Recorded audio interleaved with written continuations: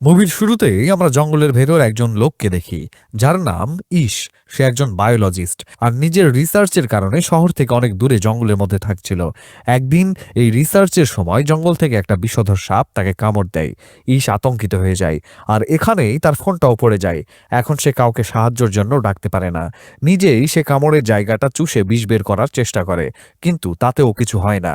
বাড়ি গিয়ে সে বিষ বের করার জন্য একটি ছোট ক্ষত তৈরি করার চেষ্টা করে, কিন্তু ততক্ষণে অনেক দেরি হয়ে গেছে। বিষ তার শরীরে ছড়িয়ে পড়ছিল আর তার অদ্ভুত অদ্ভুত হ্যালুসিনেশন হচ্ছিল। সে অনেক দিন এভাবেই পড়ে থাকে। একদিন তাকে নিতে অনেকগুলো সায়েন্টিস্টও সেখানে আসে। ঈশের কিছুটা হুঁশ ছিল, সে তখনও জীবিত ছিল, কিন্তু তার শরীরে একদমই শক্তি ছিল না।